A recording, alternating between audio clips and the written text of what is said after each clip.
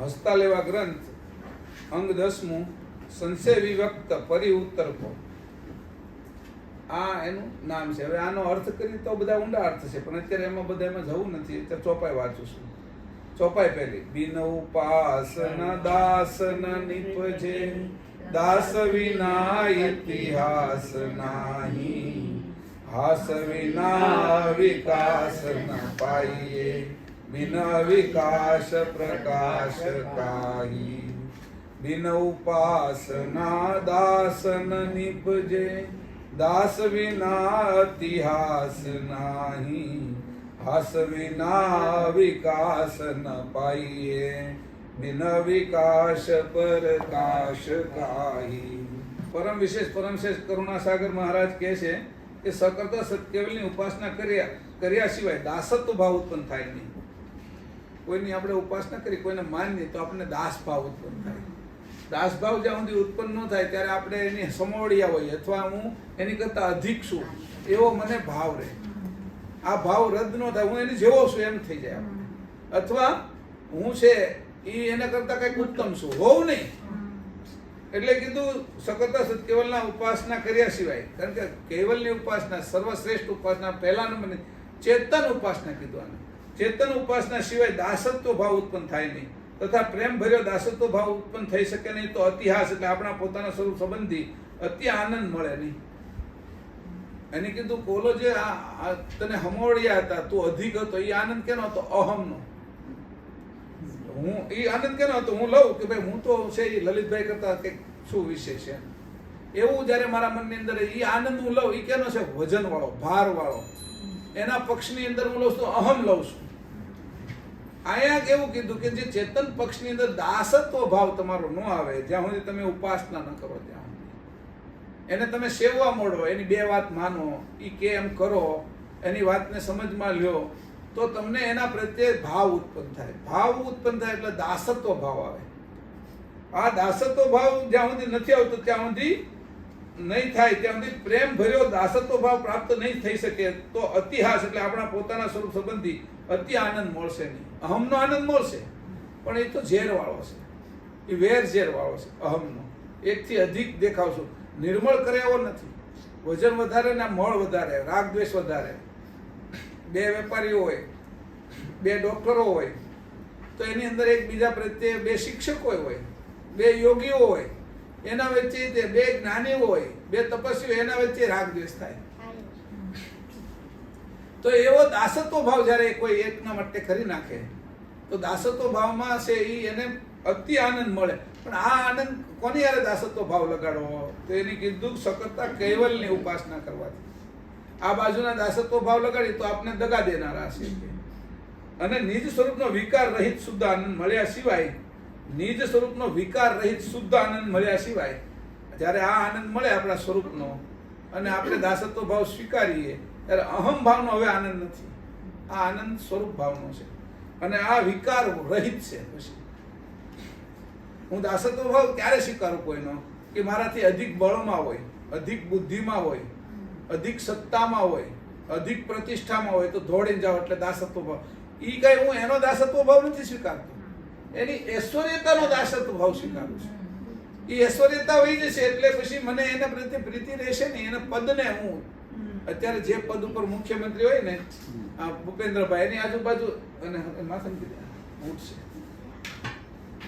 જે એને આગળ અત્યારે આજુબાજુ બહુ બધા ફરવા વાળા હોય. આની પહેલા વિજયભાઈ હોય, તેની આજુબાજુ ફરવા વાળા. હવે વિજયભાઈ ની આજુબાજુ એટલા ફરવા વાળા ન હોય. આનંદીબેન આજુબાજુ, નરેન્દ્રભાઈ પાસે આ ઉપર ગયા એટલે એની બાજુ બધો ફરવા વાળો ઓર વર્ગ વધી ગયો હોય, કારણ કે એનું પદ મોટું છે ને. એટલે જે કઈ કહું છું કે એ જે દાસત્વ ભાવ વગર, એ ચેતન પક્ષમાં દાસત્વ ભાવ ન કરું, ઉપાસના હાચી ન કરું. એટલે આવો દાસત્વ ભાવ જ્યારે હું કરીશ ત્યારે મારી અંદર પોતાના સ્વરૂપ સંબંધીનો અતિ આનંદ મળે.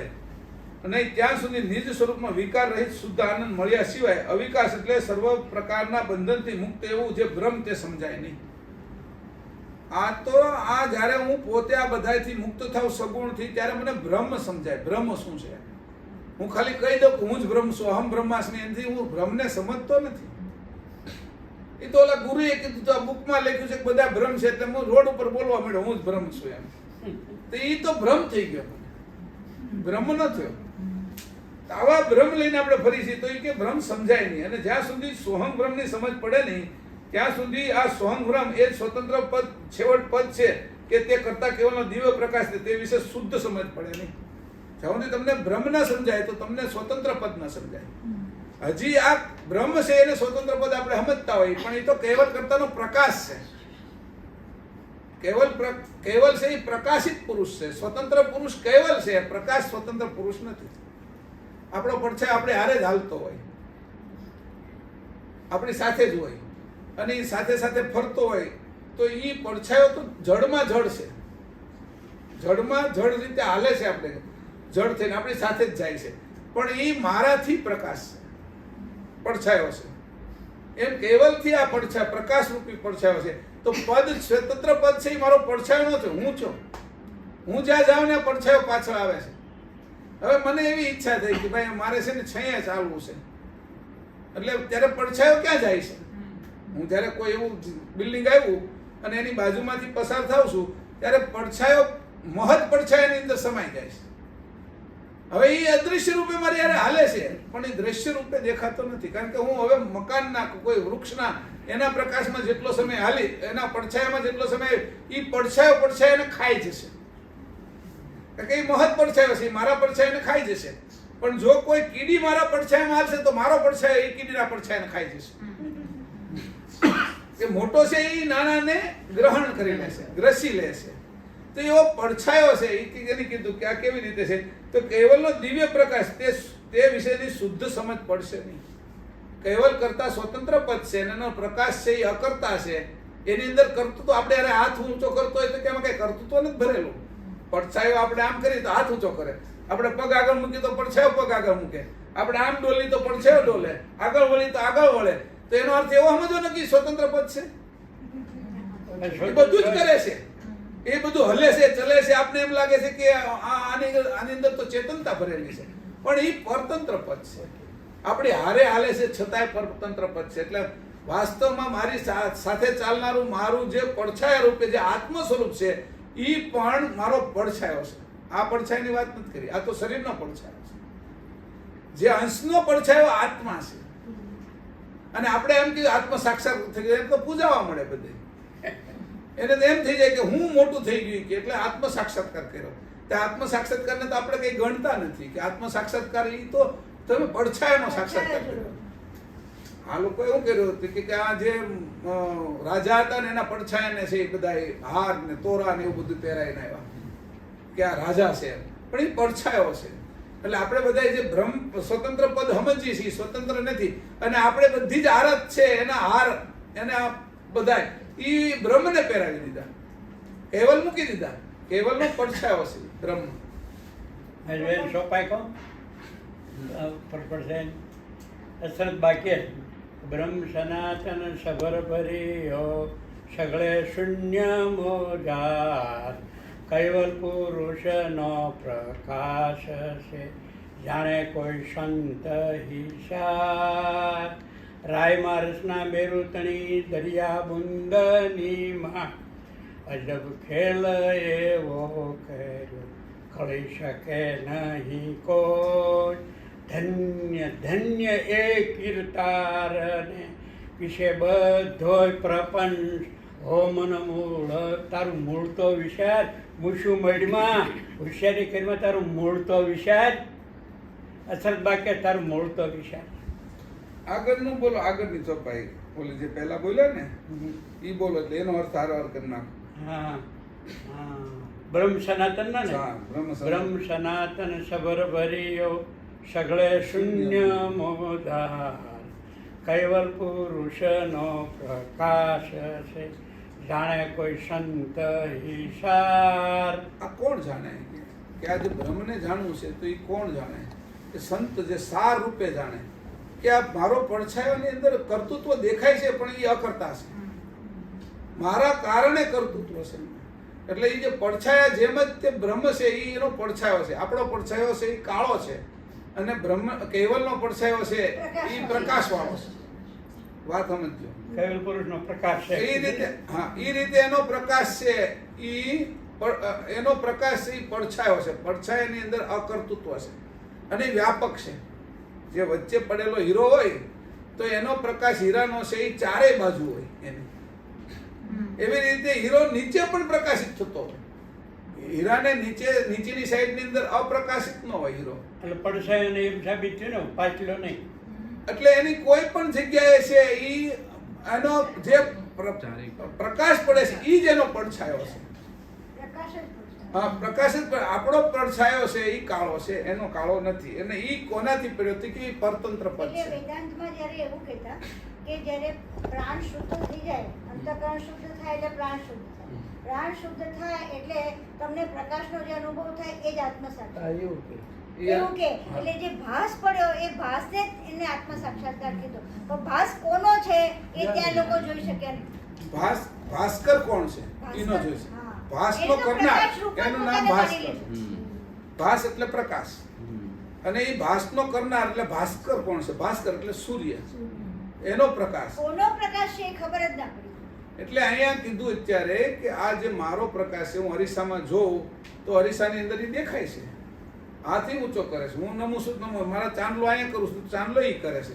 પણ વાસ્તવમાં જોઉં તો ત્યાં કાંઈ નથી. હું એનાથી દૂર થઈ જાઉં તો કાંઈ નથી. ત્યાં ચાંદલો નથી, ત્યાં કપડાય નથી, એ તો ખાલી આકાશ છે. એમ કરતા કેવલ છે, એના કારણે એ અરીસાની અંદર આ બધો આ જે ખગાકાર શૂન્ય છે, ખગાકાર ખગ આકાશ. આકાશ એટલે એક પ્રકારનો કાચ. એ કાચની અંદર હું દેખાઉં છું. એ રીતે કેવલનો પ્રકાશ એમાં દેખાય છે. અને એ પ્રકાશની પૂજા આ લોકો કરવા માંડ્યા. એનું પૂજન કરનારા છે કે ત્યાં સુધી શુદ્ધ સમજ એને નથી પડતી કે આ પ્રકાશ કોનો છે. એટલે પ્રકાશિત પુરુષ એની ઉપાસના કે કરવી. એ પ્રકાશમાં લય પામી ગયા. કે એટલો બધો પ્રકાશ હતો ને ત્યાં એની અંદર આંખો અંજાઈ ગઈ. આંખો અંજાઈ ગઈ એટલે એને પછી એમ જ થવા માંડ્યું બીજું કઈ છે જ નહીં. એટલે પ્રકાશ જ એટલો એનો ગતિવાળો હતો. અને એની અંદર એટલી ઐશ્વર્યતા ભરેલી કે ઐશ્વર્યતા બધી બ્રહ્મમાં ભરેલી છે, પણ અકર્તૃત્વ છે. એ કાઢે તો નીકળે. એને ખબર નથી મારી અંદર ભર્યું છે. ક્યારેક કોઈ હોય ને હોશિયાર બહુ હોય માણસો, તો એક રાજકોટથી અહીં આવતા હતા, એને ખબર પડી વેપારી હતા, એના ખીચામાં પૈસા હતા. પેલો ચોર 2 ગઠિયા હતા, એ જાણી ગયા કે આના ખીચામાં પૈસા છે. પછી આને ખબર પડી કે આ 2 ગઠિયા મારી વાહે પડ્યા છે, કે આ મારા પૈસા તો ચોરી જ જશે. એને કોઈ પણ હિસાબ, પણ હોશિયારી હતો. કારણ કે ચેતન જે હોય ને એ હોશિયાર હોય, જળ કરતા, હિરણ્ય ગર્ભ કરતા, એટલે હોશિયાર હતો. એટલે કોઈને કોઈ હિસાબે પેલા એ છે એ આ વેપારીએ કોઈનું કોઈ કારણે જે આની થેલી હતી ને એમાં એના પૈસા મૂકી દીધા, ગઠિયાની થેલી. બરાબર, સુરત સુધી આવવાનું હતું.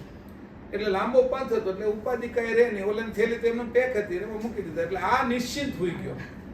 અને આ હોઈ ગયો ને આને ખબર છે કે આ બધું ઠંઠોળે છે, મારા બધા કપડા ના તેને. એટલે નિશ્ચિંત સુઈ ગયો. અને સુરત આવી ગયું. પછી ઓલા એમાંથી કાઢી લીધા પૈસા અને લઈ લીધા. પછી ઓલાએ કીધું ભાઈ તમારે કે પૈસા હતા ને, અમે તો ઠગ છે, ચોર છે કે, પણ તમે શું કર્યું?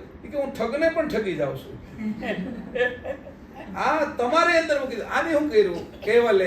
કેવલે મહાતત્વની ઓળ રાખી. એટલે એને છે એ કોઈ કષ્ટ ના પડે. એટલે બધું ઐશ્વર્ય હતું ને એ પોતાનામાં ન રાખ્યું, બ્રહ્મમાં મૂકી. એટલે એનું વજન એને ન લાગે. બ્રહ્મ કરતા છે એટલે એ કઈ લઈ લેવાનો નથી, એ કઈ ખાવાનું નથી. દિવાલની અંદર હું કોઈ હોલ પાડીને એની અંદર કઈ કાણું પાડીને એની અંદર મસ્ત કઈ મૂકી દઉં, હોનું હીરા માણે, તો કઈ દિવાલ નથી લઈ જવાની. પણ મારો સગો ભાઈ હોય કે મારો કોઈ એના કઈ મન બગડ્યું એને મેં આપી દીધું હોય તો એ તો લઈ જાય કે. એટલે એની અકર્તૃત્વની અંદર જે પોતાનો પ્રકાશ છે એની અંદર જ બધું ઐશ્વર્ય ભર્યું. આ ઐશ્વર્ય ભર્યું ને એટલે આ બાજુના બધા લોકો એમાં અંજાઈ ગયા. ઐશ્વર્યમાં અંજાઈ ગયા. આ ઐશ્વર્ય પ્રકાશ રૂપે હતું. અને તો એમ જ કહેવા મળ્યા કે બ્રહ્મથી મોટું કોઈ પદ નથી. કારણ કે ઐશ્વર્યતામાં ચેતનતા ચીની નહીં. એટલે આ બધા એને અહમ જ મોટો કરવો હતો. એટલે અહમ છે એ અંતસ્કરણનો જ છે. એટલે અહમ મોટો કરવામાં પોતાનું સ્વરૂપ એ જાણી ન શકે. આ રીતે કીધું શુદ્ધ સમજ પડે નહીં. તિન પરકાર સંયુક્ત હરિહારદ ભક્ત ભગવંત જગત કહાવે જગત પદ પર હરિ દ્વેત ભાવે ભજે તો મજે આદ્ય દ્વેત ભાવે तीन प्रकार संयुक्त हरिहारद भक्त भगवंत और जगत कहावे जगत पद पर हरि द्वैत भावे भजे तो मजे आद्य अद्वैत भावे तो तो मजे आद्य अद्वैत भावे तीन प्रकार संयुक्त हरिहारद जगतना આગવા ગણાતા આચાર્ય ભક્ત ભગવાન અને જગત ભક્ત ભગવાન અને જગત હું ભક્ત આ ભગવાન અને આ જગત આ ત્રણ પ્રકારે સંયુક્ત હરિહારદ એટલે હરિનો મર્મ કહેલો છે સંયુક્ત રીતે હરિનો હાર જો ભગવાનને ભક્ત ન હોય તો ભજે કોણ અને જગત ન હોય તો એમાંથી જુદા પડવાની માથાકૂટ કોણ કરે એટલે આ ત્રણેય પદ એને રાખ્યા જગતની અંદર કે જગત છે એનાથી મારે જુદું પડવું છે જગતને રાખ્યું પણ હું ભક્ત છું તો મેં ભગવાનને રાખ્યા આવી રીતે કરીને હરિનો હાર્દ આ બાજુ જગતના સ્થપાયેલા આ પદોને પર હરિ દૂર કરી હું અદ્વૈત છું અને મારું નિજ સ્વજાતિ સ્વરૂપ એક અદ્વૈત સકતા સત્કેવલ છે એમ જાણી એકમેક થવા ભજન કરે તો સહેલાઈથી ફાવી શકે આ ત્રણેય પદને બાદ કરી નાખે ભક્ત હું કોનો છું કે આ ભગવાનને જે બનાવે છે એ ભક્ત એટલે બે વાત થઈ કે હું ભગવાનને બનાવું છું એટલે હું એનો ભક્ત છું એટલે એમ કે આને બનાવટ કરું છું ભગવાનને હું બનાવી જાઉં છેતરી જાઉં મારા જે મેં બનાવેલા ભગવાન હોય એને હું છેતરું કારણ કે મને જ મારે હું છેતરું છું મેં બનાવ્યા તો હું હકીકતમાં મને જ છેતરું છું મારા આ બધા ભગવાનની જે ઉપાસના હું કરી રહ્યો છું એ મારી આસ્થાના બનાવેલા છે એ છે નહીં એટલે આ લોકો એવું કર્યું મૂર્તિ છે એ શિલ્પકાર આગળ કરાવી અને એ મૂર્તિને તૈયાર કરી એટલે બધા બ્રાહ્મણોને ભેગા કર્યા અને 7 દિવસનો યજ્ઞ કર્યો યજ્ઞથી પછી પ્રાણ પ્રતિષ્ઠા કરી અને એ પ્રાણ પ્રતિષ્ઠા એની કરી એટલે કોની બનાવ્યા કે ભગવાનને આની બનાવ્યા વાસ્તવમાં પોતાની જાતને બનાવી છેતરી ભગવાનને બનાવવા જાય એવા તારા ભગવાન એ તારી કઈ રીતે મુક્તિ કરશે હા હવે તારે કે અહીંયા માસીએ કાલે પ્રશ્ન પૂછ્યો કે હવે મારે ધારો કે મંદિરમાં જાવું અને ભગવાનની મૂર્તિ સામે હોય તો મારે કેવી રીતે જાવું મહેશી કે અથવા કોઈ યજ્ઞની અંદર જાવું તો મારે કેવી રીતે કોઈ શિવલિંગને અભિષેક કરે છે ત્યાં જાવું તો કઈ રીતે જાવું એ આવા 3-4 પ્રશ્ન પૂછાય એટલે કાલે માસીનો ફોન હતો મેં એને જવાબ આપ્યો હવે તું જ્યારે મંદિરમાં જા ત્યારે તને કોણ લઈ આવ્યું છે અહીંયા એ મૂર્તિની સામે જઈને તારે એ વિચાર કરવાનો મૂર્તિ આગળ તારે કઈ માંગવાનું નહીં તારે વિચાર કરવાનો કે મને અહીંયા કોણ લઈ આવ્યું એટલે તો અંસારે જોડાઈ જાય છે પછી તું કે ભાઈ આ મૂર્તિને કોની બનાવીશ તો કે શિલ્પકારે બનાવીશ તો એના અંસારે જોડાઈ જાય કારણ એનો અંશ ન હોય તો બનાવે કોણ એટલે તું ચેતન દ્રષ્ટિ તારી થઈ ગઈ હવે કીધું કે આ બધા ભેગા થઈને અમે પ્રાણ પ્રતિષ્ઠા કરી છે પ્રાણ પ્રતિષ્ઠા કરનારા જે વ્યક્તિ છે બ્રાહ્મણો છે એને અંશ ન હોય તો સબ હોય ને એ કેવી રીતે કરે પ્રાણ પ્રતિષ્ઠા એટલે આવી રીતે કરીને તું જ્યારે મૂર્તિ સામે ઊભી હો ત્યારે તારે આવા વિચાર કરવા એટલે બધા અંશોને તું જોઈ રહીશો એમાં હવે તને પથ્થર નથી દેખાતો મૂર્તિ નથી દેખાતી શિલ્પકારનો અંશ દેખાય છે એનો અંશ ન હોય તો આવી મૂર્તિ ન બનાવે કોઈ હવે તું મૂર્તિને જોઈશ તો એના અનેક ઊંડાણના સૌંદર્યથી જોઈશ તને અનેક રીતે દેખાશે હવે તને બનાવટ વાળી મૂર્તિ નહીં લાગે આ જાણે કરીને તને દેખાશે કે તું પહેલા જોતી હતી ચર્મ દ્રષ્ટિથી જોતી હતી અને જળ દ્રષ્ટિ હતી એટલે જળ તને મૂર્તિ દેખાતી હવે તું મૂર્તિ સામે જોઈશ ત્યારે તને તું ચેતન દ્રષ્ટિથી જોઈશ એટલે તને હવે દર્શનની અંદર તને માગવાની ઈચ્છા નહીં થાય કે તું પોતે તને મળી ગયો પછી માગવું રાજા તું છો તો પછી તારે ભિખારી થવાની શું જરૂર છે અને હવે તું જયારે દર વખતે પહેલા જતો હતો કંઈક નું કંઈક માગીને આવતો હતો કે મારું આ સારું કરી દીધો ભગવાન હું તમારા આશરે આવ્યો છું મને કઈ તકલીફ ન પડે આ નવી ગાડી લીધી એક્સિડન્ટ ન થાય કે આ પેંડા તમારી હાટું જ લાવ્યો છું એમ કરીને તમે ધરીને આવતા થાય એ ઓલા પેંડાના આધારે તારું એક્સિડન્ટ નહીં થવા દે અને કે તું હાથ ચડાવી તિલક કરો ભાલ તિલક કરો એવી રીતે કરીને બધા આવે મંદિરે તો એ કે આ બધા છે એ તારી હવે એ તારો ભાવ વયો ગયો તે જોવાની દ્રષ્ટિ ફેરવી નાખી નહીં કે અંશે થઈને જોવા મળ્યો ને તું તો તારો આ ભાવ નીકળી ગયો આ ભાવ નીકળી ગયો એટલે હવે તને મૂર્તિ નથી લાગતી મૂર્તિની વાહે જે અંશ છુપાયેલો છે ચેતન છુપાયેલો છે એ તને હવે દેખાય છે પહેલા તો તને તારો કાળ દેખાતો હતો મોટર મારી એક્સિડન્ટ થશે તો ગાડી કાર એક્સિડન્ટ થશે તો એ કાળ દેખાતો હતો હવે તને કાળ નથી દેખાતો ચેતન દેખાય છે તારે હવે આ રીતે જાવ એમ માસીને કાલ કીધું આ બધા તમે માસી જ છો એટલે કહું છું. ઘડીક માસી એમ. 2 વાર જશે, ત્રીજી વાર બંધી જશે તમે. ક્યાં? પછી મંદિરે જવાનું બંધી જશે. હા, પછી એને સમજાઈ ગયું ને. હવે કોઈના, એને કીધું કોઈના શરમે જ આવું છે. હવે કોઈના કારણ, હવે એને ખબર પડી ગઈ કે આ હા હા હવે વ્યવહાર કરવાનો છે બાળકોને. હવે વ્યવહાર શરૂ કર્યો. માસીએ કીધું હમણાં કે મને એક ભાઈ એવું કીધું કે યજ્ઞ છે, એની અંદર તમારે આવવાનું છે, અમારે જવું પડે એવું જ હતું. પછી હું ગઈ નથી કે, પણ હું જાઉં તો ત્યાં હું જોઉં એમ. તો મેં કીધું યજ્ઞમાં તારે પહેલો યજ્ઞ જોવો. કયો યજ્ઞ પહેલો છો જેના કારણે તારી ઉત્પત્તિ થઈ? હા હા તારી પોતાની આહુતિ કઈ નાખી એની અંદર. તો કે પહેલો આ જે છે દ્રવ્ય યજ્ઞ છે, જડ યજ્ઞ છે કે એમાં ગીતામાં અર્જુનને કીધું કે ઘણા પ્રકારના યજ્ઞો છે. એમાં તારો પહેલો યજ્ઞ તો તને જેની નીચે ઉતારો એ યજ્ઞ કર્યો. માતા પિતાએ જે સંસર્ગ કર્યો એ યજ્ઞ કર્યો. કે યોની માર્ગે જે અગ્નિ પેટાયો એની અંદર જે હવી નાખ્યું વિત રૂપી, અને એ વિતથી તારો જે જન્મ થયો એ તને યજ્ઞ દેખાવો જોઈએ કે આ યજ્ઞ બતાવો. એ યજ્ઞ એ ઘાટ હું છું, ઘાટ જોવાનો, અને એ વિશે હું ચેતન છું.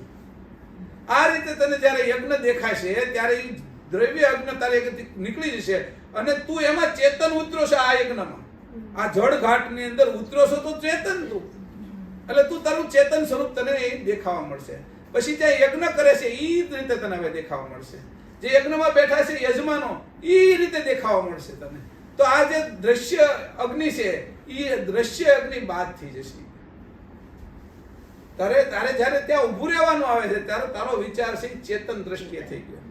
તારું મૂળ વિચાર્યું તે ધર એટલે પ્રથમ, પહેલું, હું પહેલા હું હતો, અને મર્મ, એનો મર્મ જાણી લીધો. તું યજ્ઞમાં ગયો એટલે ધર્મ જાણી લીધો. તે ધર વત્તા મર્મ બરાબર ધર્મ, તે સાચો ધર્મ જાણી લીધો. ધર એટલે પ્રથમ હું કોણ હતો? અંકુર. અંકુરની અંદર કેવી રીતે હું અહીંયા આવ્યો, ઉતર્યો માતા પિતાથી. તો જે યજ્ઞ કર્યો ઈ કોઈ સામાન્ય યજ્ઞ નહોતો. બુદ્ધિ વગરના વાસના કરતા થાય. આજે જે હાચા હતા એ ઉપાસના કરનારા હતા. એ અંશને ઉતારે છે, અંશને આ બાજુ લાવે છે. એક અદૃશ્ય શરીર એ આ પૃથ્વી ઉપર હાલતું કરવાના છે. એ બે જણાથી એક અદૃશ્ય શરીર એને જીવન આપવાના છે. આ બાજુ આ એવો યજ્ઞ કર્યો હતો જે ચેતન યજ્ઞ હતો. તને આવો હવે જળ યજ્ઞ નહીં દેખાય. મેં કીધું હવે તને ચેતન યજ્ઞ દેખાય. એના વિશે તું જે રીતે પ્રવેશ કર્યો છે તો તું એમાં પ્રવેશ કરીશ એટલે તું અંશે દેખાઈશ. મેં કીધું આ રીતે હવે જો, અને જ્યાં તને બધા દેખાય છે એ અંશે દેખાય છે, તું અંશે દેખાય છે. કે શિવનો અભિષેક કરે ત્યાં જાવ તો હું પાછું બીજો એનો ત્રીજો પ્રશ્ન. તો મેં કીધું શિવ અભિષેક એ જ છે. મેં કીધું ત્યાં યોની છે ને લિંગ છે. મેં કીધું એની ઉપર અભિષેક કરવામાં આવે છે. એ અભિષેક થી એવું સમજાય છે કે આમાં કોઈ એવું તત્વ ઉતરી રહ્યું છે અને એ જીવન ઉતરી રહ્યું છે. એ ક્યાંથી જીવન આવ્યું છે એનો વિચાર કરતું. એટલે ત્યાં તે સ્થૂળ લિંગ છે જે અને સ્થૂળ યોની છે એ તારા મનમાંથી રદ થઈ જશે. અને એમાં જે વાસ્તુ છે તને ગર્ભગૃહ છે એ સમજાય છે. શિવલિંગ ગર્ભગૃહમાં છે અને ગર્ભગૃહ સમજાય છે કે તારો જે ગર્ભ રહ્યો પહેલા અને તું ગર્ભની અંદર કેવી રીતે ગતિ કરી, એટલે તે સ્થૂળ શરીર કેવી રીતે ધારણ કર્યું ત્યાંથી આવ્યા છે એ તને હવે સમજાય છે. ત્યાં જાય છે ત્યાં હવે તને પથ્થર નહીં લાગે. તને પથ્થર હવે બાદ થઈ ગયો છે. પથ્થરને તે બાદ કરી નાખ્યો. સમજણ એમાંથી તે કેળવી છે. એ તારા વિશેની સમજણ. તારે જ્યાં જાય ને ત્યાં તારું સ્વરૂપ જોવું અને તારાથી શરૂ કરું. તો એવી રીતે કીધું, આવી રીતે તને ફાવટ આવી જશે. અહીં કીધું કે જગત આ જગત પદ હરી દ્વૈત ભાવે ભજે. આ જે છે એ જગતનું પદ છે એને પર હર્યું કે ભાઈ આ બધું નકામું છે એવું મનમાં ધારણ કર્યું. હવે પાછું અદ્વૈત ભાવે ભજે છો, એ તારું જ ભજન કરે છે કે આની વસ્તુ શું છે હું સમજુ. કે આ મૂર્તિને શંકર ભગવાનની મૂર્તિ બેહારી છે, માતાજીની, રામની બનાવી, કૃષ્ણની બેહારી છે, હનુમાનજીની બેહારી છે. આ બધી મૂર્તિની વાહેનું રહસ્ય શું છે? એટલે મૂર્તિ જોવા છતાંય મૂર્તિ રદ થઈ જશે અને તું પણ મૃતમાંથી સજીવ થઈ જશે. આ મૂર્તિ મૃત છે અને તારું આ શરીર એ મૃત છે. એ પક્ષમાં તો મૂર્તિ અને તું બે હરખા છો, પણ ચેતન પક્ષમાં આ મૂર્તિથી તું જેને બનાવનારો છે, એમાં પ્રાણ પ્રતિષ્ઠા કરનારો છે, ત્યાં સુધી પહોંચી શકે. આવી રીતે જ્યારે તને આ દ્રષ્ટિ ઉત્પન્ન થાય ત્યારે તને આ ફાવટ આવે છે. અદ્વૈત ફાવે, આમાં તું ફાવી જાય છે. તને નફો થશે, નુકસાનનો ધંધો નહીં થાય. હવે તને ફાવી જશે કે દ્વૈત ઉપાસના ભેદ છે ભક્તિનો, ચેતન યુક્ત ના જગત જાણે. ઉઠ ખંડને દઈને સર્વનું લુબ્ધ મન ખંડ में પાણી પહાણે. એની કીધું દ્વૈત ઉપાસના ભેદ છે ભક્તિનો. આ ભેદ છે બે, એ ભક્તિનો ભેદ છે. એની અંદર ભક્તિ સમાયેલી છે. ચેતન યુક્તના જગત જાણે. આ ચેતનની જે યુક્તિ છે એ જગત જાણી શકતું નથી. આ યુક્તિ છે, આ હોશિયારી છે, એ જગત જાણે. ઉઠ અખંડને દઈને સર્વનું લુબ્ધ મન ખંડ में પાણી પહાણે. હવે એવું કીધું કે ઉઠ અખંડને, જ્યારથી અહીંયા અંકુર હતું પિતાજીમાં, ત્યારે અંશની સાથે એની એકતા વાળું હતું, અખંડ હતું. અહીંથી જ્યારે સંસર્ગ કર્યો, સંભોગ કર્યો, ત્યારે ત્યાંથી અંકુર ખંડિત થયું, અખંડમાંથી ખંડ થયું. અને માના ઉદરમાં નાભીએ ચોટી ગયું ત્યારે સખંડ થયું. 9 મહિના પછી જન્મ થયો એટલે પાખંડ થઈ ગયું. એટલે પાણીમાં સ્નાન કરવા જાય, પહાડ પથરાને પૂજવા માંડ્યો. એટલે અખંડમાંથી ખંડ થયો, ખંડમાંથી સખંડ થયો, અને જન્મ થતા પાખંડ થઈ ગયો, થોડો ભાગ રહ્યો. અને પાખંડ કેવો થયો? એની સમજણ પાખંડ થઈ ગઈ. ઓલી આખી સમજણ હતી. એટલે હવે એની સમજણ થોડી ગમતી રહી તો એ ક્યાં જાય? તો ચાલો ગંગા સ્નાન કરવા જાય. પછી એમ કે ક્યાં જાય? તો ચાલો આ પાણી પહાણે. પહાણ એટલે પથ્થર. પથ્થરને હવે એ ભગવાન માનવા માંડ્યો. પોતે ભગવાનથી છૂટો પડ્યો, પોતાના સ્વરૂપથી છૂટો પડ્યો. હજી પોતાની અંદર ભગવાન છે, કે જે અંશ છે, ચેતન અંશ છે, એને એ જાણી શકતો નથી. પાણી અને પથ્થરની અંદર એની પ્રીતિ થઈ ગઈ. આવી રીતે કરીને પાખંડ થઈ ગયો. આ અખંડ, ખંડ, માનવ ઉદરમાં જે રોપાણ એ સખંડ, અને 9 મહિને જે જન્મીને બહાર આવ્યો એ પાખંડ. હવે એની સમજ જ એટલી બધી થઈ ગઈ. અખંડ સમજમાંથી કેટલી સમજ હતી અખંડ, કે આવો અંકુર બનાવ્યું ત્યાં. સખંડ હતું તોય વાંધો નહોતો, કારણ કે દરેક અંગો બનાવ્યા ત્યારે સમજણ સાથેના. પણ જ્યારે જન્મો પછી આ બધી વસ્તુ ભૂલી ગયો, એને તરત જ પંચમવેદ કપાઈ ગયો. એટલે અહીંયા કીધું આ પાણી ખંડ વાળો છે શું કરે છે? તો કે જગતમાં જળની ઉપાસના કરે છે. અને આ જળ ઉપાસના જો વધારે થતી જાય તો જળ ઉપાસનામાં મન, બુદ્ધિ, અહંકારી જળ થઈ જાય. અને બીજો કોઈ એને બીજી વાત કરે કે આનાથી આ શ્રેષ્ઠ સ્થિતિ માને ને એને બાંધવા દોડે. એમ કરીને જગતની અંદર છે ધર્મવાદના કારણે અનેક પ્રકારના ઝઘડાઓ ઉભા થયા અને કરોડો લોકો એની અંદર મરી ગયા. કારણ કે આ અણસમજ છે બધા. ખંડની અંદર તો પાખંડમાં તો બધી અણસમજ જ હોય, અખંડની અંદર બધી સમજ હોય. તો કે આવી જ અણસમજના કારણે જગતની અંદર ધર્મના કારણે અનેક લોકો મરી ગયા કે, અને હજી મારે છે, હજી મારકાટ હાલે છે કે. તો એ કે આ પાખંડી લોકો છે બધા કે. તને એમાં નહીં સમજાય કે તારું સ્વરૂપ કે તેજ માટે કહું શુદ્ધ ઉપાસના, સેવતા વાસના સર્વનાશે. અષ્ટદેવ છંદ પર પિષ્ટ બાંધી કહું, છંદ પંચોદશ લ્યો પ્રકાશે. તેજ માટે કહું શુદ્ધ ઉપાસના, સેવતા વાસના સર્વનાશે. અષ્ટદે છંદ પર પિષ્ટ બાંધી કહું, છંદ પંચોદશ લ્યો પ્રકાશે. છંદ પંચોદશ લ્યો પ્રકાશે. તેજ માટે કહું છું શુદ્ધ ઉપાસના. શુદ્ધ ઉપાસના તું કરવા વાળો તું શુદ્ધ છો, અને હવે તારી ઉપાસના પણ શુદ્ધ છે.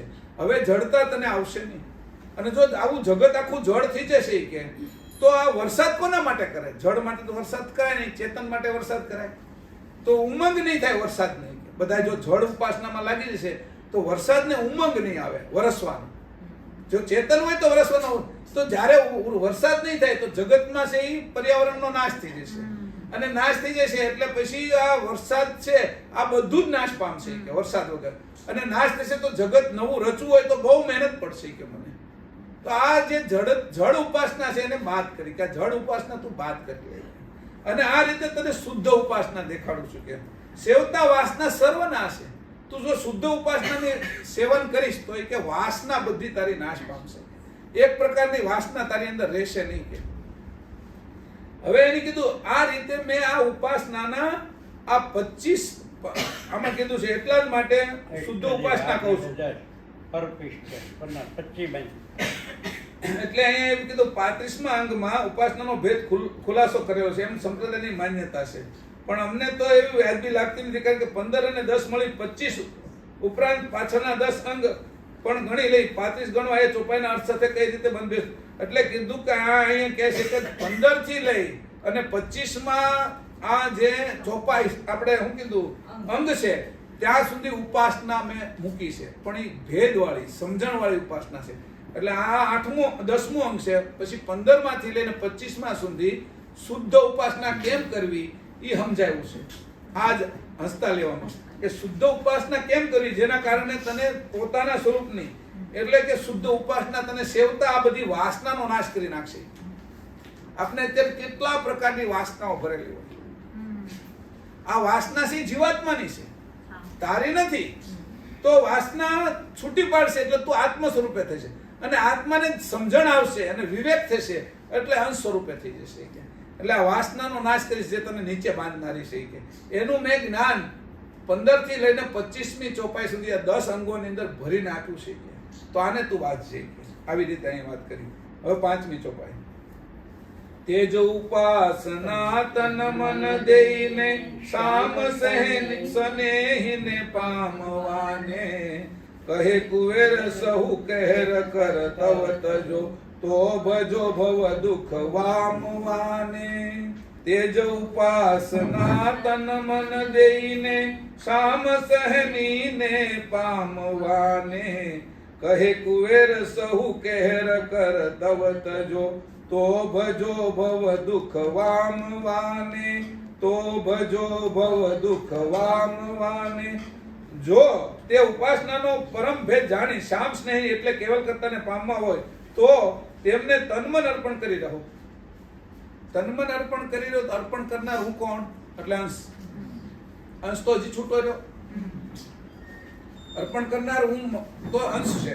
પછી કીધું મહાન સમર્થ કુબેર સ્વામીજી કહે છે કે ભવરૂપ દુઃખથી મુક્ત થવા કેર વર્તાવનાર કૃત્રિમ કર્મ છોડી દેશો તો જ ભવરૂપ દુઃખથી મુક્ત થશો. આ કહેર કરનાર એટલે આપણે હેરાન કરનાર, દુઃખ દેનાર એવા જે કર્મ છે એનાથી તારે છૂટું પડવું પડશે. એ કર્મ કોણ કરે છે? તો કર્મ પેલા શરીરથી નથી થતા, પેલા વિચારથી, મનથી આપણે બધા કર્મ કરીએ છીએ. આ મનની અંદર જ્યારે દ્રઢ થઈ જાય છે ત્યારે એ કર્મ પાછા શરીરથી થવા મળે છે. આવી રીતે આપણે જે કર્મ કરીએ છીએ એ આપણું અહિત કરનારા એટલે કાળો કેર કરનારા છે એવું કહેવાય. તો એ કરનારા આ કયા કર્મ કરવા જોઈએ ને કયા ન કરવા જોઈએ એની આપને ખબર પડતી નથી. એટલે એને કીધું કે આ રીતે તને ક્યારે ખબર પડશે કે તને ઉપાસનાનો ભેદ સમજાય છે, પરમ ભેદ. ઉપાસનાનો ભેદ, પરમ ભેદ સમજાય છે. આપણે કંઈક લેવાઈ ગયા હોય તો બે વચ્ચે હું તફાવત છે એની આપણે ખબર પડે. ભેદ કે આ શિમલાના સફરજન છે ને આ છે એ કાશ્મીરના છે.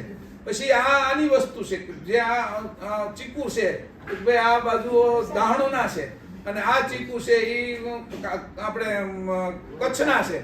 તો કે દાહણોના ચીકુની અંદર ને કચ્છના ચીકુમાં શું ફેર છે કે એનો ભેદ સમજાવો.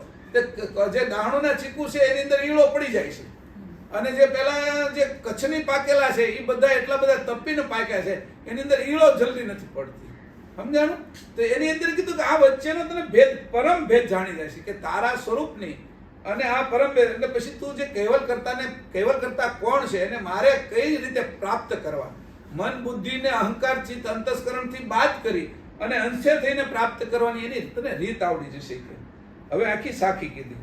સાખી ભવમાં ભરમ ઉપાસના લાગ રહ્યો સબ લોય ચેતનતા ચિન્યા વિના તાતે મુક્ત ન હોય. આપણે અહીં કીધું તું કઈ જે ઓલી ચૈતન્યતા હતી પેલા આપણે બોલાવી હતી આ ચોપાઈ આવી કે ભાઈ હું કીધું ભવમાં ભરમ ઉપાસના આ બધી ભ્રમ વાળી ઉપાસના છે.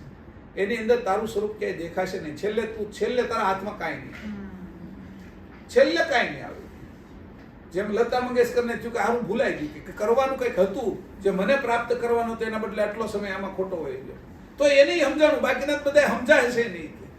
એ બધાને તો એમ થશે કે અમે બરાબર જીવી ગયા એટલે એ બધા તો ઊંઘમાં જ મરશે. આઈન્સ્ટાઈનને સમજાણું કે આવતો જન્મ હવે કે ભારતમાં થાય ને હું કોઈ આધ્યાત્મિક ગુરુ આગળ જાઉં. એ છેલ્લે બોલેલા શબ્દો એના આઈન્સ્ટાઈન કે હું એ તો આટલો બુદ્ધિશાળી, તો એને એવું લાગ્યું કે મારે છે એ કંઈક ભૂલ થઈ ગઈ છે. એ તો એને સમજાણું, બાકીના તો કેટલાય મરી જાય છે ને કંઈ સમજાતું જ નથી, જડમાં જ જાય છે. તો એ કે આવી રીતે છે એ ભવમાં ભરમ ઉપાસના, ભવની જે ઉપાસના છે એ ભ્રમ વાળી છે. લાગ રહ્યો સબ લોહી એટલે લોહ લગાડીને એકદમ મક્કમતાથી આ બધા એમાં પાછા લાગ્યા છે. ભ્રમ છે અને એટલી જડતાથી લાગ્યા છે કે વાત પૂછો. જવાનું અમદાવાદ હતું અને મુંબઈ બાજુ વાળી દીધી ગાડી, અને પાછો એ 200 ની સ્પીડે હકાવે છે, એટલે સ્પીડથી દૂર જાય છે એના ગંતવ્યથી. પોતાને અમદાવાદ જવું હતું, એમાં એના ગંતવ્યથી એટલી સ્પીડ વધારી દીધી કે એનાથી પોતાના લક્ષ્યથી વધારે સ્પીડમાં દૂર જાય છે. એને પાછું કેમ વળવું હોય કે તેવી રીતે ઊંધો ચાલે છે કે એટલે કીધું ચેતનતા ચીને વિના તાતે મુક્ત ન હોય. તારા અંકુર વિશે મેં ચેતનતા મૂકી છે કે એને તું છૂટી પાડ તો તું મુક્ત થાય છે. હવે આ કોણ છૂટું પડે? મધ, આ ફૂલની અંદર મધ હોય, ફૂલમાં સુગંધ હોય, ફૂલની અંદર કોમળતા હોય, ફૂલની અંદર કલર હોય, આ બધું ફૂલની અંદર ભરેલું હોય. પણ એની અંદર હું ઘણી વાર કહું છું ભાઈ આ ભમરો હોય તો એની અંદર શું કરે, એની આજુબાજુ પતંગિયું શું કરે, ઈળ હોતી હોય એ પાંદડા ખાઈ જાય એના, બરાબર. ઓલા આ જે માખી હોતી હોય સામાન્ય માખી, પછી ક્યારેક ઓલો કાળો ગેંગો પણ આવે, એ ફૂલ ઉપર આટા મારતો હોય ક્યારેક. તો આવા કેટલાય જંતુઓ એ ફૂલ ઉપર આટા મારતા હોય, એમાંથી મધ કોણ લઈ જાય? મધમાખી આવે તો એની અંદર છુપાયેલું મધ લઈ જાય. એમ આપણે છે ઈ આની કીધું કે ચેતન્યતા તારે ચીનવી પડે. વસ્તુ તો ત્યાં જ બધી છે, અત્તર એમાંથી બને છે, કલર એમાંથી બને છે, સુગંધ ગુલકન એમાંથી બને છે, પણ મધ કોણ લઈ જાય? કે આ મધને લઈ જવાની જે ગતિ છે, સમજ છે, એનો વિવેક છે, એ તો મધમાખી એકને જ છે. ઈળ છે એ બધું એનું ઝીણું ઝીણું ઝીણું કરી અને એને ખોતરી અને એનું પાંદડું ખાઈ જાય તો બળ ઉત્પન્ન કરે છે.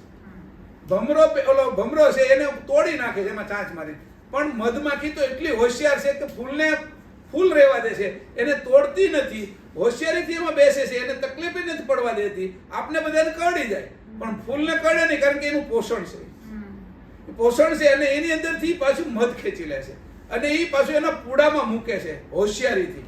અને એ સંગ્રહ, હમણાં કાલ તે દિવસે કીધું કે આ પૂડો હોય ને એનું 8-10 કિલો વજન હોય, 8-10 કિલો વજન છે, એ એની કોઈ ડાળી ઉપર લટકેલું છે, તો ત્યાં ફેવિક સ્ટિક નથી, ફેવિકોલ નથી, તો એટલું બધું વજન એ કેટલો સમય ઊંધી રાખે છે, તેને કદી આ કેમિકલ ક્યાંથી લાવ્યા? એની સમજ તો જો આમ કે ફેવિસ્ટિક થી આની હાંધ્યું એ ક્યાં લેવા ગઈ છે ફેવિકોલ, કે એ ત્યાં લગાડવા માટે 8-10 કિલોનું હોય ને 8-10 જંગલની અંદર તો 2 વર્ષનું મધ હોય. એ મધ પૂડાની અંદર એ કઈ રીતે પાછું નીચે લટકતો હોય, ક્યારેક તો આપણે જોઈએ છીએ કે ઉપર આધાર નથી હોતો અને હેઠે છે એ પોડું કરેલું હોય છે, એટલે એ લુકોટ લાવતી ક્યાંથી છે? એટલે એને કીધું કે આની સમજણ વાળી વાત છે. એ સમજ તો જોવાય કે એ જો ડાળી હોય તો ડાળીને ફરતું કરી નાખે તો એનો આધાર રહે, પણ એ જે ધાબામાં અગાશીમાં અથવા કોઈ પિલોર ઉપર કરે છે ત્યારે તે આખું વીટતી નથી. તો આ 10 કિલો છે એને ચોટાડી દેશે ને એ 2 વર્ષ સુધી રહેશે, તો એ ચોટાડવાનું કેમિકલ ક્યાંથી લાવતું છે અને એની સમજ ક્યાંથી પડતી છે? એમાં 10 કિલો મધ મૂકે અને પાછું ફૂલને કોઈ તકલીફ કર્યા વગર.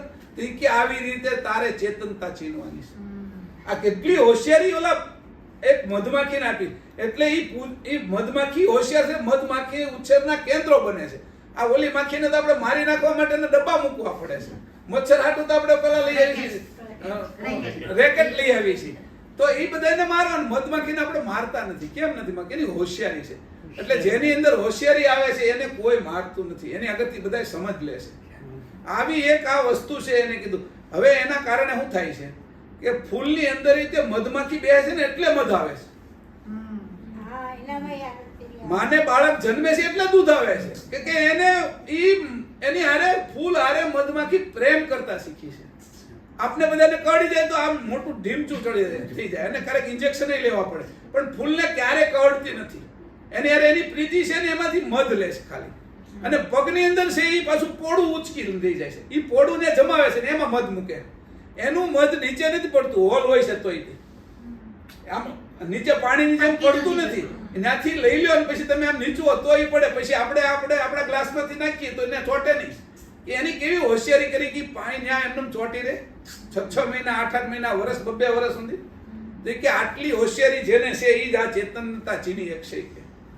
આ ચેતનતા ચીના વિના તાતે મુક્ત ન હોય. આવી મધમાખી જેવી હોશિયારી તો તું તારું સ્વરૂપ આની અંદરથી કાઢી શકી, જેમ ફૂલમાંથી મધ કાઢે છે. આ હોશિયારી કેટલી છે એની કે એવી રીતે મધને પણ ફૂલને એને ગુલાબને અંદરથી મધ આવે છે એના કારણે મધમાખી બેસે છે. એને મીઠાશ આવે છે, મધમાખી બેહે ને તો અંદર મીઠાશ ભરાય છે. ફૂલ આ નકર છે ઈ કડચું હોય, ગુલાબનું પાંદડું કડચું છે, કડવાટ એની અંદર હોય છે, પણ મધમાખી બે છે તો એને ધરતીમાંથી વીંધી અને મીઠાશ આવે છે અંદર. એ તો જોવો મધમાખી કેટલી એને સ્નેહ કરતી છે, કેવો પ્રેમ કરતી.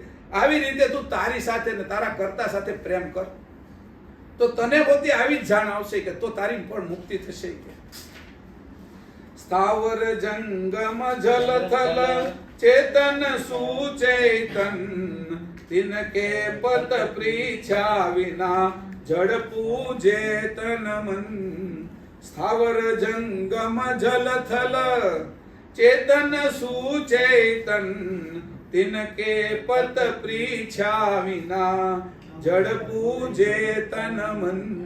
એને એવું કીધું સ્થાવર જંગમ થી લઈ જળ સ્થળ સુધીના તત્વરૂપ સર્વ શરીરો જે ચેતન થી ચેતન થયા છે, આ બધું ચેતન છે. આ ઘાસ ચેતન છે, ઈ ઉગાવો કરે છે. કીડી ચેતન છે, એને એની સમજ છે. ભમરો ચેતન છે, મનુષ્ય ચેતન છે કે આ ચેતન છે કે, પણ ચેતન થી ચેતન થયેલા છે. તો ચેતન કોણ છે કે આમાં? આપણે તે ચેતન થી ચેતન થયેલા, તો ચેતન કોણ છે આમાં? એને ચીનવાનું. જેને તો એને કીધું કે ચેતન સ્થાવર જંગમ ચેતન સુચેતન, ચેતન થી ચેતન થયા. તિનકે પત પ્રીછા વિના, એનો પતિ કોણ છે? આ ચેતનનો કર્તા કોણ છે? ઈ અંશી કોણ છે? આ અંશ છે તો કે જળ પૂજે તન્મન, અને એને મૂકીને આ જગત આખું જળને પૂજે છે. ઓલો ભમરો છે ઈ એના સુગંધીને પૂજે છે, તો પતંગિયું એના રૂપને પૂજે છે, માખી છે એની કોમળતાને પૂજે છે, કે ગેંગો છે તો એને એના આધાર છે કે હાલ ઘડીક જઈને ત્યાં બેસું, એને પૂજે છે. પણ મધમાખી જે પૂજન કરે છે ઈ જળનું પૂજન નથી કરતી. મધમાખી એની અંદર હોતી પ્રેમ ભરી દે છે. ઈ જળ છે, ઈ વૃક્ષ છે, અને એની અંદર ઈ મીઠાશ ભરી દે છે, એવી એની હારે પ્રીતિ કરે છે. આવી પ્રીતિ તને કર્તાની સાથે અંશે થઈને જો કરતા આવડશે તો તને કરતા મળ્યા વગર રહેશે નહીં, અને તારું સ્વરૂપ તને ચીનાશે. તું આમ મધને ફૂલને નીચેવી તમે મધ નથી નીકળતું, પણ આને હું હોશિયારી છે ફૂલ આખું રાખીને મધ કાઢે. એમ તું આખો રહીશ, આ શરીરે રહીશ અને તું અંશ થઈ શકીશ. આ રીત છે. એને નીચવો નહીં પડે, આ શરીરને નાશ નહીં કરવો પડે તારે. આ શરીરનો આધારે તું રહીશ અને આ શરીરની અંદર તું તારું સ્વરૂપ ચીની લેશે અને તું અલગ કરી શકીશ. આટલી હોશિયારી તને આવશે જ્યારે આ રીતે પરમ ગુરુની તારી ઉપર પરમ કૃપા ઉતરશે, અને આ તારી અંદર સજાણ જાણ આવશે કે આ જાણને તું જાણી લે. આની સાથે તું પ્રીતિ કરી લે. પ્રીતિને હારે પ્રીતિ કરવાનું ન કીધું, હંસને હારે પ્રીતિ કરવાનું કીધું છે. આ રીતે કરી અને કીધું, પાછું કીધું કે આ શોભા વધારો હોય કે સમજાણો, અને આને જીતો, ઇન્દ્રિયને બધીને જીતી લો કે, અને આને જીતી લો એમ. આવી રીતે કીધું કે કોને પકડશો. આ રીતે અહીંયા છે ઈ આપણે ઉપાસનાનો માર્ગ ખુલ્લો કર્યો કે ભાઈ આવી રીતે ઉપાસના કરવી જોઈએ. જે આપણે હવે કીધું જળની ઉપાસના કરવાની, આ ચેતન ઉપાસનાની વાત કરી. હવે જળ ક્યાં સુધીનું છે એ આગળના ક્લાસમાં લઈ લઈશું આપણે, કે જળ છે એ 6 લઈ લેવું પડશે કે જળ છે અહીંયા સુધી જળ છે. તારે આ ઉપાસના આ જે કરવાની પહેલા કહી દીધી, ચેતન ઉપાસનાની જ વાત આવી ને, પણ જળને હોતી સમજાવશું તો જળ ક્યાં સુધી છે એની ખબર પડશે. બરાબર. કરુણા સાગર ભગવાન કી જય. સત કેવલ સાહેબ.